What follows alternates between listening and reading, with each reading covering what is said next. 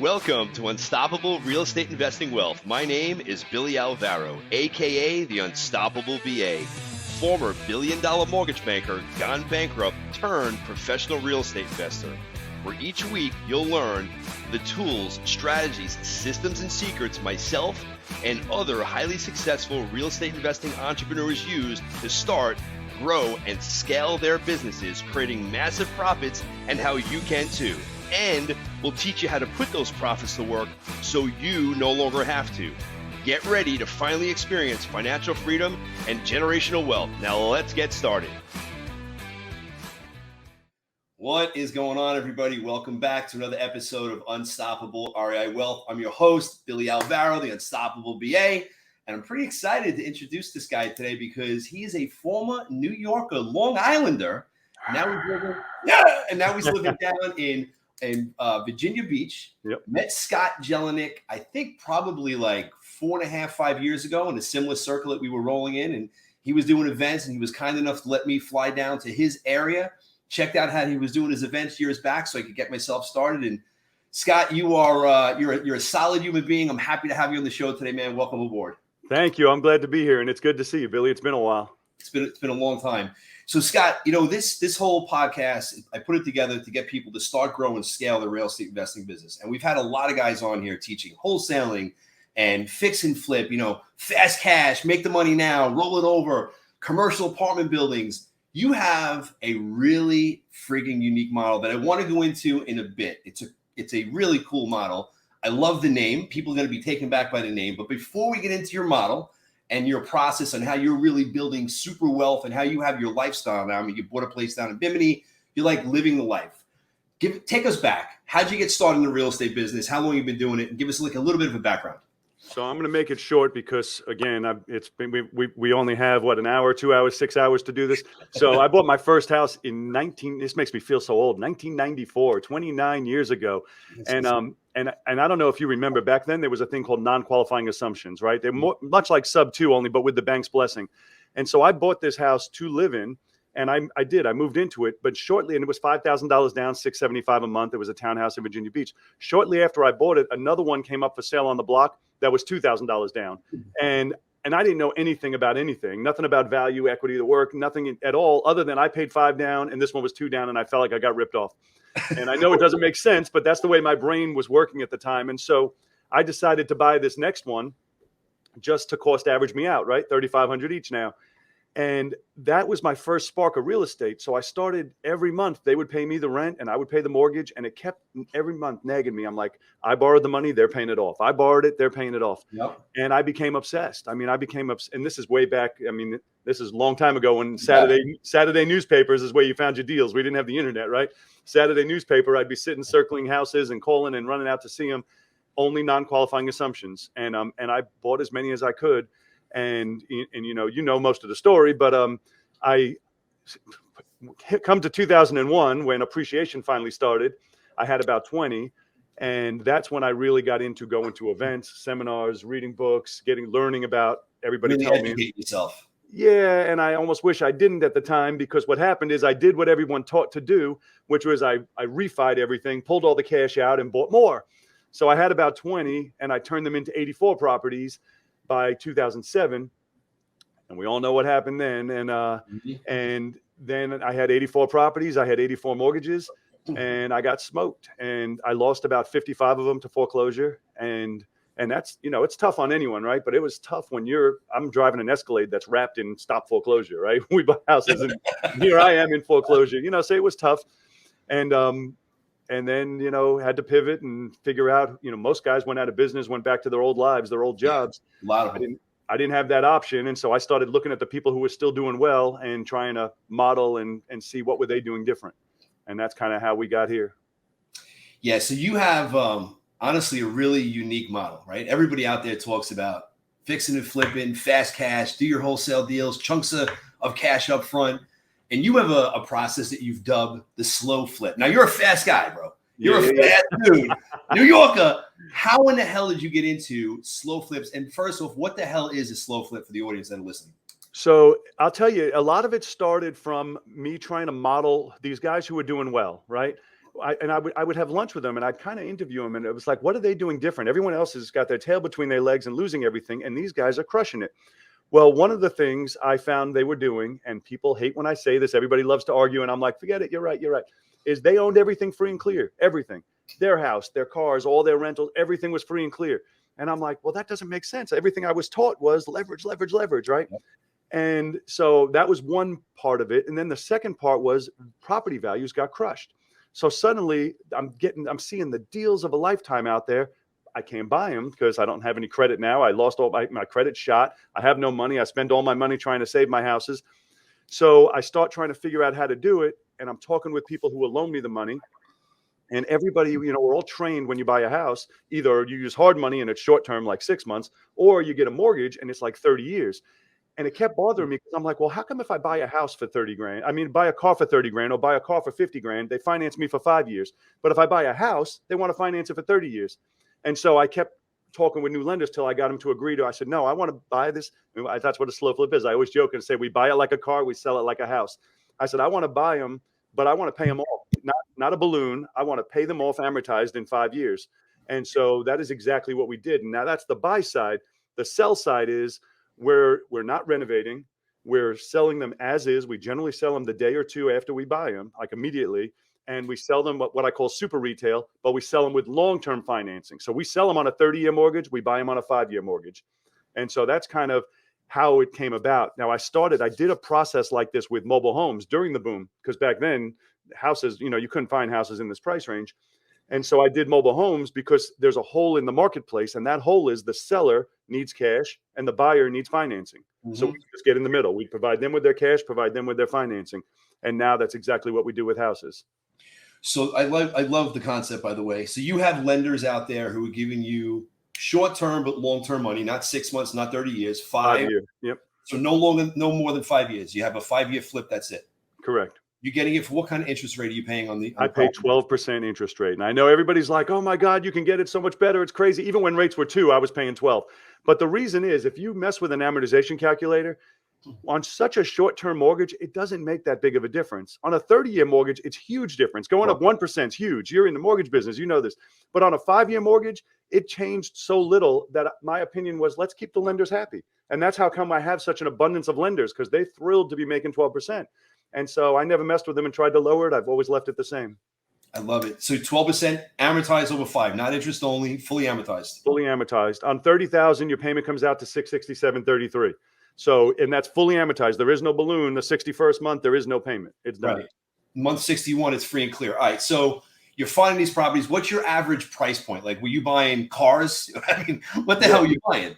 So, and I know where you are. So where you are, I know your price points, right? And a lot of times when I mention these price points, people are like, that's insane. I just had an argument this morning with somebody online. I saw it on the video. Yeah. And they're like, you can't do that. And I'm like, okay, stop telling me I can't do it. I've been doing it. We started doing this model in 2011. On average, our buy prices are between $30,000 and $50,000. Now I buy a lot for 18 and 20 grand, but the average is going to be between 30 and 50. And I know people, especially if you got a lot of people like up north by you're listening, you can't buy a parking space for 30 or 50 grand, right? Your house is going to be 300, 400, 500,000. However, I got people in New York that are in our program, but they still buy just like I do. I buy in 4 states. I only live in one, and then I buy in other states where the numbers work. And so you don't have to be where you are. So you buy a house for 30 grand, we would sell it immediately that day for 89,000. And people are like, well, how could you do that? How? You didn't renovate it. How is it worth 89? And selling payments. The value is in the financing, right? I always say we sell the financing, the house comes with it. And that's as simple as that. It's a really smart model, dude. I mean, honestly, it's a brilliant model. It's a way for you guys to get paid a tremendous amount. Like the slow flip now. Let's look at the numbers, right? So what's your average time frame for these people staying in the home? Are they actually buying it? Are you doing a lease option to them or wrap? Like, no, we sell it to them on a full 30-year mortgage. So they are buying it from day one. Our industry has a black eye. Yeah, we do a contract for deed. Our industry has a black eye because there's so many people that take advantage of the situation where they'll do like a lease option and you have a year or 3 years and then you're out, right? Or you'll do a land contract, but you got a 5 or 10-year balloon. And they end up losing, they put their money down and they can't get approved or refi. And I didn't want to do that. And so what we did, I do it the same way I started buying. Back in 1994, when I bought my first one, it was a non-qualifying assumption, right? And I took over the full rest of the term on that 30 years. Well, I sell the same way. I give them the full term. All they have to do is make their payment, and it's their house. It's not they have to refi or get their credit fixed or get a balloon payment. It's their house as long as they make their payment. How much are you usually taking down from these people? Generally $3,000 to $5,000. Now I have a lot of them where we've gotten 10. I've gotten up to $65,000 down. I have one that's an $875,000 house. I do some unconventional ones, but on average, these lower end houses, we do $3,000 to $5,000 down.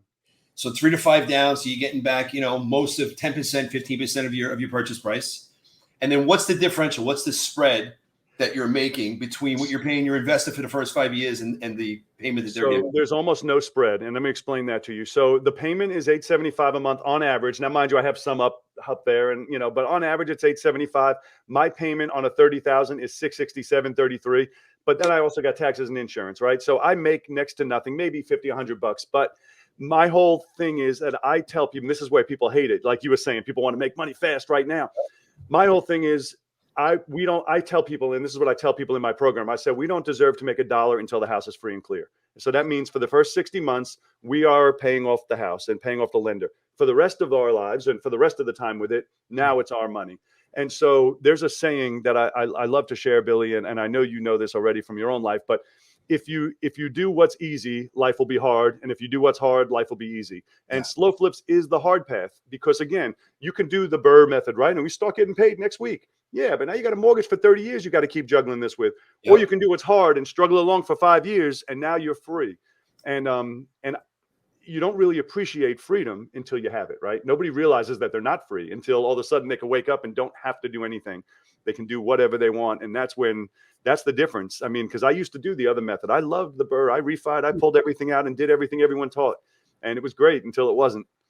Are you mixing it up, doing any other strategies? Subject to fix and flip, wholesaling? Yeah, so I still wholesale, and I'll always wholesale because I like it and I'm good at it, right? I did one just recently, a $250,000 assignment fee. Yeah. And that was my largest one ever. And there's one, Billy, I did one out of town that I called you on Long Island. Queens, and, I think. Yeah, and that was a deal. And I never buy out of town. And I ended up closing on it and just listing it because there was a tenant, which made it tricky. So I had to wait out the tenant and COVID was going on. But we ended up making $196,000 on it. I've never seen the house. I closed on it, got the tenant out and listed it as is. And so I love doing that. I'll never stop because I enjoy that. As far as sub twos, I will buy sub two. And I do a combination. Slow flip has two sides, the buy and the sell side. And I like to pay them off as quick as possible and sell with long term. But sub twos, we'll buy sub twos and then still sell on the slow flip method. The challenge I have with sub twos is a lot of people are teaching, don't worry about equity as long as you can cash flow. And I'm very much against that because that could flip on a dime. And you lived through it, Scott. I lived through it. You lived through it like I did. Right. And I know they have a lot of people are teaching this and I watch their stuff and I'm like, man, that sounds great. If you started in 2008 or after, all you've seen is this, right? Yeah. Going up. But if you started anytime before then, you're like, all right, well, this no equity plan isn't such a great plan. But that's not me. That's what they're doing. So I will buy sub twos and I sell them, with the slow flip method. And I don't do any rehabs anymore. I stopped that in 2013. Smart man. Yeah. I have zero desire to do any more rehabs. I went through today. I think I have like 53 on the books that are in one phase or another. It's a money suck. It's a money drain in your operations, right? Gives us a nice, healthy profit. But our cash conversion cycle, Scott, at least in the Northeast area where we're at, it's like 9 to 15 months before I see any returns on my capital. Yeah.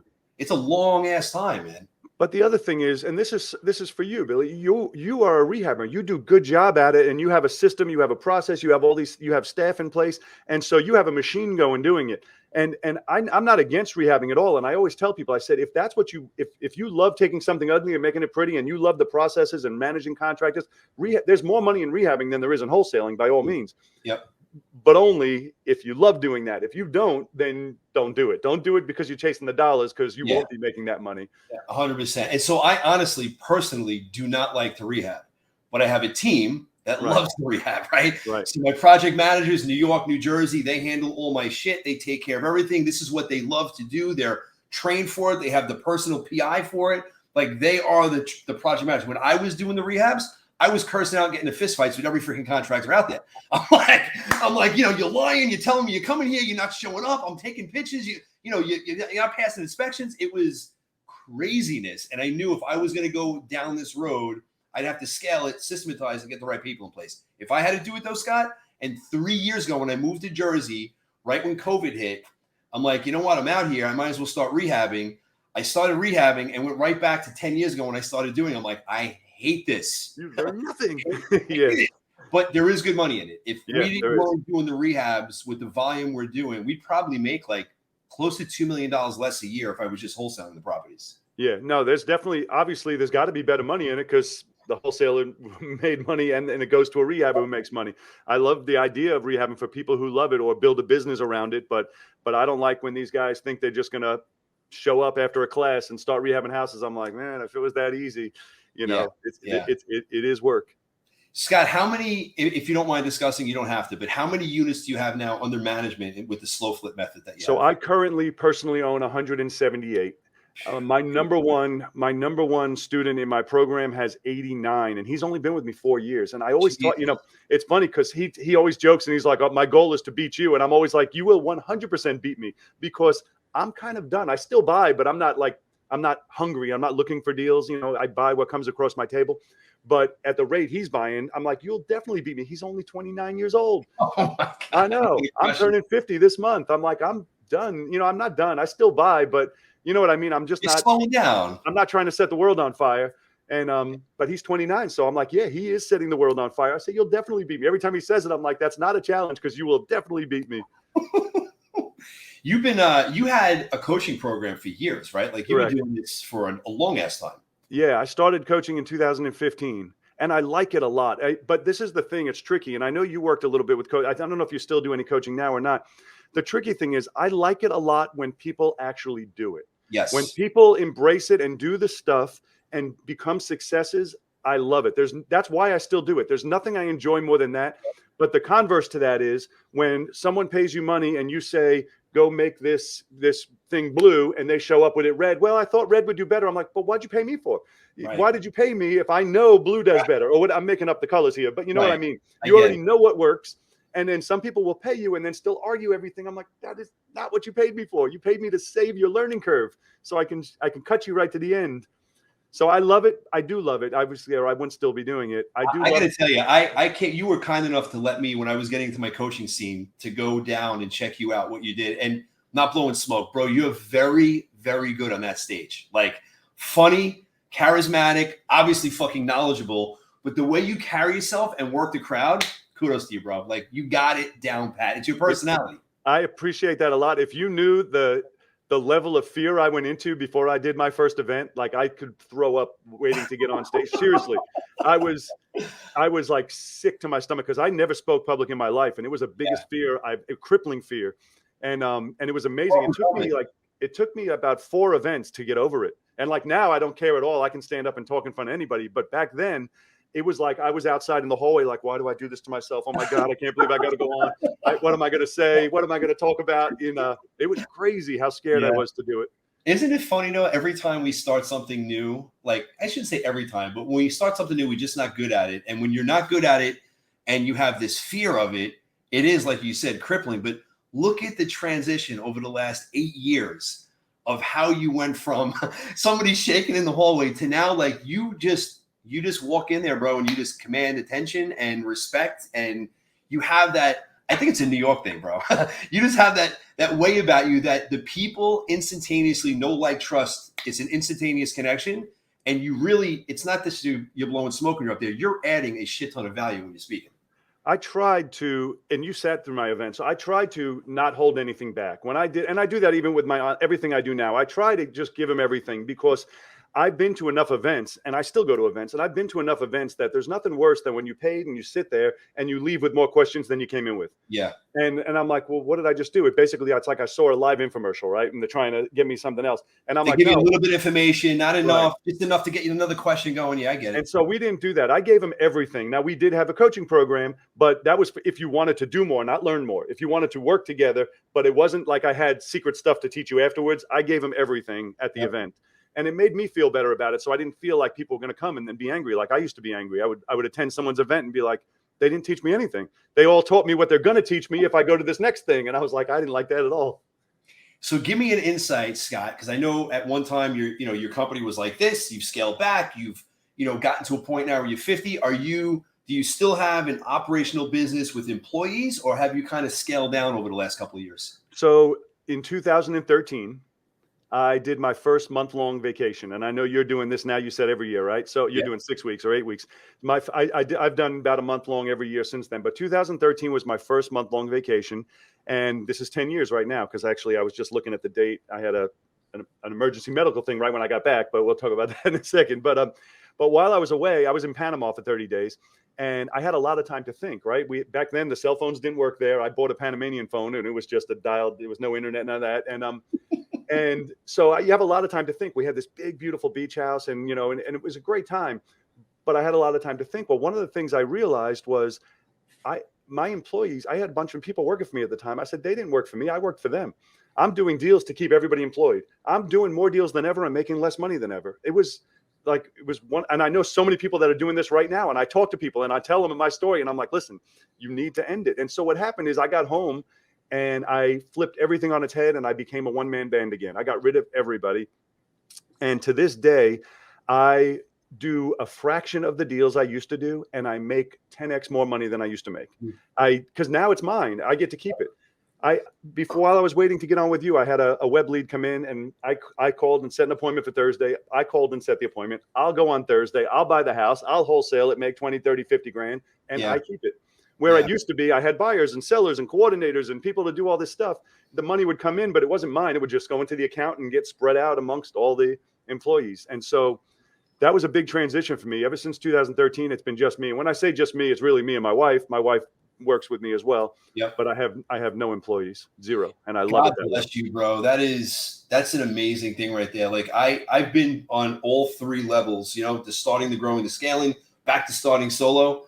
And there's pros and cons with it all, but you nailed it right in the head. As you scale, your company's making more money, but you're making less percentage-wise than you were when you were a one-man show or one or two guys in the office. Right. And I get it. We have to cook through, 60 deals a year before I start making money. That was exactly the number. So I used to have to do 5 deals a month to break even.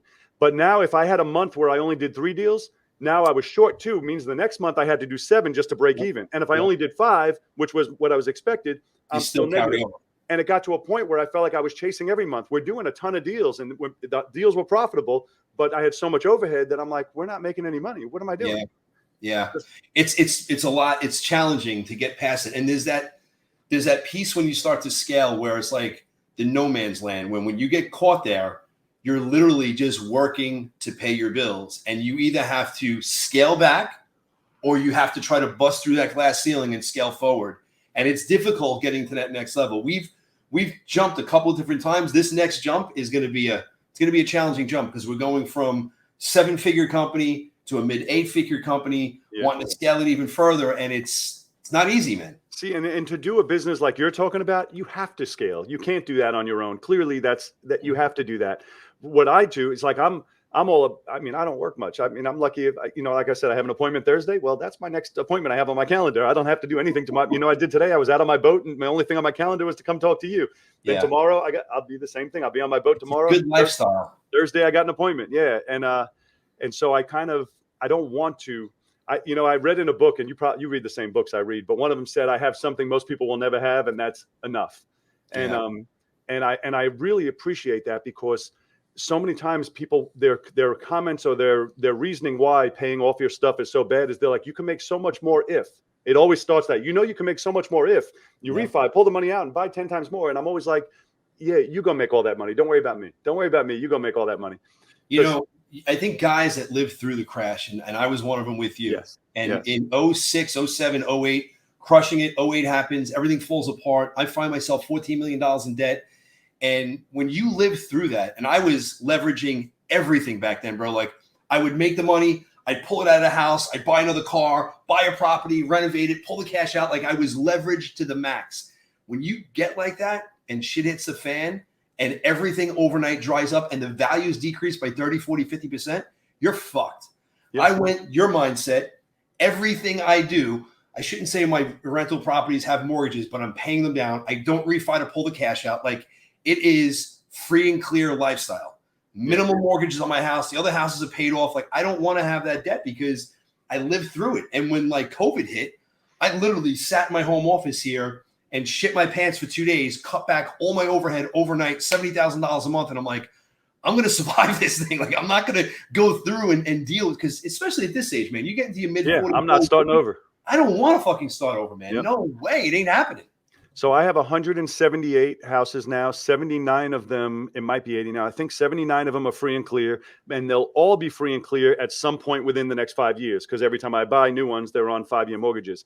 I can, I can stop doing anything, stop coaching, stop wholesaling, stop buying new ones already. And there's way more every month than I need, which is the peace of mind I never had before. It was always, I had to, this month I got to make X amount so we can live to next month.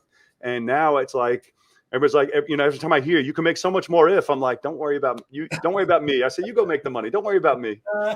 I'll be okay. Great, bro. Hey, I know you also wrote a book. Tell me about the book. So I just wrote a new book that's called The Art of the Slow Flip. And this book, I literally went through the entire process from start to finish, from what it is, how it works, then to where do we find them? How do we fill them? Who would buy them? This is a great thing. People ask, and you didn't ask it actually. Well, you did actually, because you knew the answer, because they buy the financing. Why would someone pay 89 for a house that there's one just like it on the block for 40 or 50, right? Well, they would, when they ask me that, when a buyer comes in and says, well, yeah, there's one for 40, I say, well, then I would buy that one.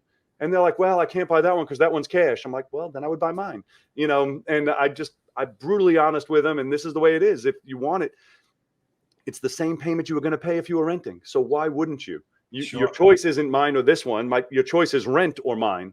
And so it works out well for them. It works out well for us. It works out well for the seller. And so I put everything in the book, like from start to finish, on how to answer those types of questions. When people ask, how'd you come up with that price? I put everything in there because, like I said about my live events, I didn't want to hold anything back. So I put the entire thing in from start to finish. Your whole process, the whole formula. Yeah, I was very pleased with how it came out. After when it was done, I was like, man, that is everything. That's your second book, right? Didn't you write another one? The first one was called Work Just Gets in the Way of Making Money. Yep. And the first one, Slow Flips, was a chapter. And, I taught on everything in there, marketing and rehabbing and wholesaling and raising private money. And Slow Flips was just a chapter. But that was the one chapter that everybody was constantly calling and emailing and texting about. I want to know more about this and know more about this.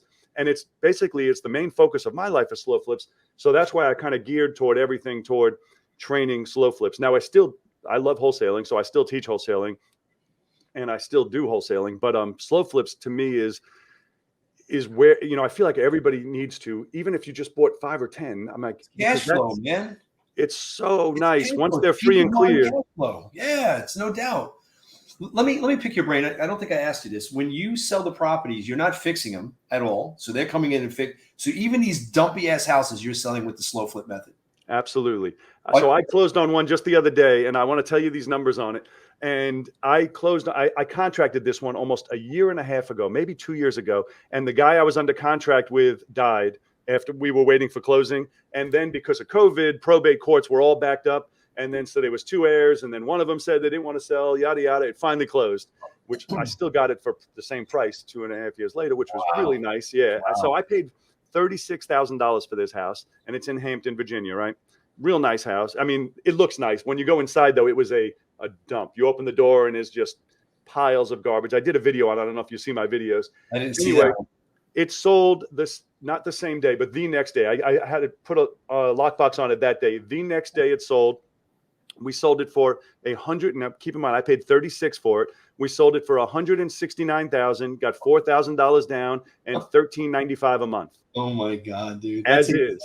And so someone else does all the work. And now, but they got a deal too, mind you, because they're going to renovate. Most of our people are landlords, conventional landlords. They're not homeowners. Most of the people who buy my houses, they're conventional landlords. So they fix them up and then they rent them out Section 8, or some of them do rooming houses. They do different programs. my number one investor that buys from me has 13 houses for me right now. And he loves us because he's making $400, $500, $800 a month per house off of my houses. So he's crushing it. We're crushing it. The people, everybody wins. It's not like everybody's like, oh, you're the only one who wins. They're getting, I said, no, everybody's winning in this scenario. Everybody wins. Because he couldn't do it otherwise. Are you having them do any type of qualification? Like you have to be doing something. They have to be breathing and they have to have the down payment. Those are the two qualifications. You don't care about credit. You don't care about what they make. Nothing. So let me tell you why I don't. I go back to how I started. And that was non-qualifying assumptions. And the word non-qualifying says it all. It was non-qualifying. Back then when I started, and you were in the mortgage business, but you were after non-qualifying assumptions, right? So they did away with them in 1987 for FHA and 89 for VA, but you were still able to assume them for the full 30 years afterwards. Well, it was non-qualifying. I met a seller and they owed $87,000 and they agreed to sell it to me for $90,000. I give them the $3,000 and I get the house, and the mortgage company blessed it and put it in my name. I didn't have to have a job, credit. I didn't even have to have a pulse. They didn't check for it anyway. I do check for a pulse, but there was no qualifying. And so I kind of felt like that's how I got started, right? And I bought a ton of houses that way. Then I felt like for me to check other people, I'm like, well, who am I to do that? Nobody checked me when I got started. I just had to have the down payment. And so that's exactly how I sell. I sell, the first come, first serve. You have to have a pulse and the down payment, and that's it. I don't check your credit. I don't check your job. I don't check any of that stuff. Talk to the audience about when you are selling them, you're selling them for a contract for deed, educate them on what that is and how that protects you. So there's two different ways people do what they believe to be that we do. That people talk about lease options or, rent to own or a lease option. We don't do any of that. And I don't like a lease option. I used to do lease options till I lost in court once. I don't like lease options because under a lease option, you are still a landlord. You have a lease and they have an option to purchase, but they're not actually buying it. So although your contract may say you're responsible for everything, which everybody teaches who teaches lease options, I watch it and I'm like, that's just not true. They're like, no, we put in the contract, they're responsible for all repairs. I'm like, you can put that in the contract, but the law still says the landlord's responsible. Doesn't matter what's in the contract. You can't put in something that violates the law. So I lost in court once over that. The judge told me, his words were, the benefits and burdens must convey together. You can't give them all the burden and you keep the benefit. And so I met with my attorney and I said, this is what just happened. This is what the judge said. What do we need to do? And so we changed to an agreement for deed. We do it full term. So they don't have to refi. They don't have to ever have a balloon payment. They never have to pay us off other than 360 payments and no qualification. So we do an agreement for deed. And the way I explain it to my buyers, if a buyer was to say, well, what's the difference? Or how is this different if I bought from a bank? I tell them this. I say, when you buy a house using a bank, the deed goes in your name and then you pay on it for 30 years. When you buy a house from me, you pay on it for 30 years and then the deed goes in your name. It's the exact same end result. Another question people might ask, Billy, is, they say, well, what happens if they default? You just get the house back and they lose their down payment. I'm like, well, what do you think happens if you bought it with Bank of America and you default? You think they're sending you a check? That's the way it goes. Is it the same process, foreclosure in your state if you have a contract for deed? No, and that's one of the upsides. And I'm in 4 states I buy in, and we only buy in states where you don't have to foreclose. So we don't buy in states. Some states require a foreclosure, and we won't buy in those states. The states that we buy in, it's the same process as a tenant. If they defaulted, we go through an eviction process, the same as a tenant. We would send a termination of the contract, and then it's a regular eviction. That's beautiful, man. That is like absolutely beautiful to do it like that. How many percent-wise, how many of your people in the slow flips pay you off early? So for years, I started doing this model in 2011, and for years it was almost zero, right? They would stay. I have people still in there since 2011, but for these last few years, because we had this run up on values, we had a ton pay us off. And I almost got nervous for a minute. I'm like, I'm losing my houses, because I was losing a bunch of them. But the reason is the values went up so much that either A, they were refining them and paying us off because the rates were so low. But more often than not, they were selling them, and they're allowed to. They have all the benefits and burdens of ownership. Some of my buyers walked away with over $100,000. Yeah. And so people say, oh, you left that equity on the table, or you did this, or you could have made more money. And I'm like, listen, I bought the house for $23,000. I sold it to him for $89,000, right? He renovated it. And then maybe 6-7 years later, he sold it for $2.25. I'm like, he deserves the money. I want him to make the money. Yeah. Because guess what? Now he's calling me, hey, do you got any more? I want him to make the money. Yeah. I still did well with it. Believe me, I'm not, People get a little greedy, man. They don't realize you don't need it all. You just need enough. I want everyone to make money. The more everyone else makes, the more everybody's trying to find me more stuff so that we can all do deals together. That's a good way to look at it. Bro, this was great, man. Honestly, good, really solid conversation. If people want to find you online, how do they find you? So I forgot to tell you this, Billy. So the easiest way is I'm giving a free copy of the book, The Art of the Slow Flip, for anybody who's listening, and Beautiful. they can get it just from slowflip.com, SLOWFLIP.com. Other than that, I'm on all socials, as you know, just under my name, Scott Jelinek. So, you name it, I'm on all of them under, from TikTok to YouTube to Instagram. And what's our new one now called? Yeah, the Threads. Threads, yeah. So thread it together. Yeah. So I'm on all of them under my own name, so I'm real easy to find. Beautiful, bro. Well, listen, good chatting. Love the slow flip. You guys, I would take him up on the offer. Go get the book. Learn how to do this slow flip. You got to be fast if you're going to be doing slow flips. Bottom line. Take care, Scotty. I love it. Thanks, Billy.